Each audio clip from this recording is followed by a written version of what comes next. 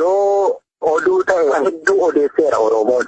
Waan buusii xiqqoo tokko buustee waggaa meeqa odeessituu fi bilisummaa nama gaafattu hin jiru. Lubbuu gumaachine nuti. Lubbuun sun immoo qabeenya kamiin iyyuu tilmaamamuu hin danda'u.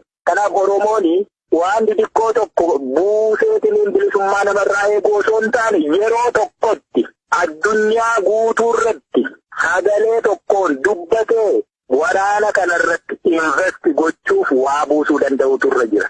Dhaabni akka dhaaba Oromoo hangafti tokko yoo jiru Itoophiyaa keessa inni kaan diigamaa dhufe. Garuu dhaabni Abiin jedhamu eengadda dhaabate guyyaa tokko keessatti doolaara 100,000 walitti qabatee jechuu goofandi qopheesse. Oromoon kanarraallee waa barachuu hin dandeenye oduuma odeessa ammayyuu.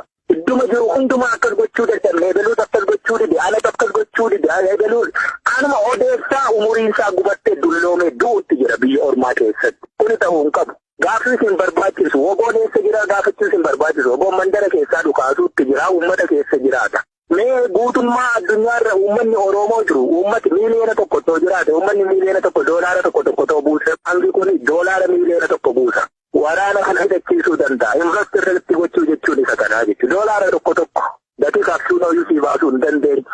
Hooggansa naman gaafatu dandeettii addaa naman gaafatu maqaa'umsumaa fi of kenniinsa nama gaafata. Mee guutummaa addunyaa irratti kana godhaati ilaala. Hojii manaas hin kennin. Hankanaatti karaa itti dhabnee maal taane wal dhiibbata, walitti dhufu, walitti haasa'u, wal saqaala, qaxaa wal jala kaa'oola. Yoo isa tokko dubbiste anaan nan dubbisne waan ta'eef hawaa gumaachuun qabu.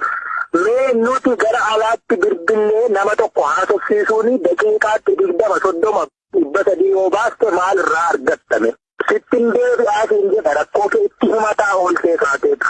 Yookaan torbee booddee natti deebi'eedha. Torbee booddee natti deebite immoo maaloo kootu akkas ta'e maaliyyoon akkas ta'e mee horsiisiin jedha. Birrii 500 baasisee jechuudha. Mee ilaala akkasittiin bilisummaan hin argamtu. Walitti himuu qabnaa walitti himnaa wanti walirraatii seessinu hin jiru. Rakkoon Oromoo bira jirti bilisummaa Oromoo kasakaalee qabees Oromoomaa kanaaf bakka jiru hundumaarraa yoo dhugumaan waraana kanatu nu bilisoomsaa daandiin qabnu tokkittiin kana jedheetti amala ta'ee oduu dhiiseetiniin gochaan argisiise waraana isaa kanarratti invest godhu goota hin dhabne nama hin dhabne qabeenyas hin dhabne itti dhimma bahuu dadhabne maleessa.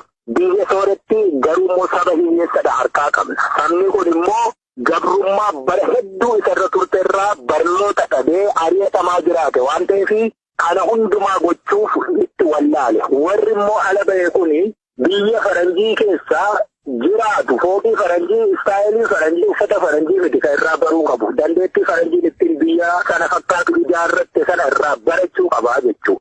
Baargama fooliin ka'ee sammuun isaa garuu ammayyuu akkuma nuti rakkoo keessa jirru saba wallaalaa gabrummaa jalatti yeroo dheeraa ture barnoota dhabee sana achi keessa teenye akka nuti yaadnutti innis yaada achi wanni inni as barreessu wanni inni godhu hundumtiyyuu akka kanaati yoo ta'e inniyyuu bu'aa nuun buusu nutu waa isarraan barbaannu jechuudha. Kanaaf biyyi inni keessa jiru dimokiraatiin dhugaan maal akka ta'e hundumaa sana baruudha qaba.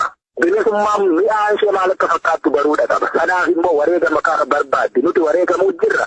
Inni immoo waan nuti itti wareegamni sana waa buusuu qaba. Kanaaf wanti amma adeemaa jiru kuni akka sabaatti wal nu taasisee jira.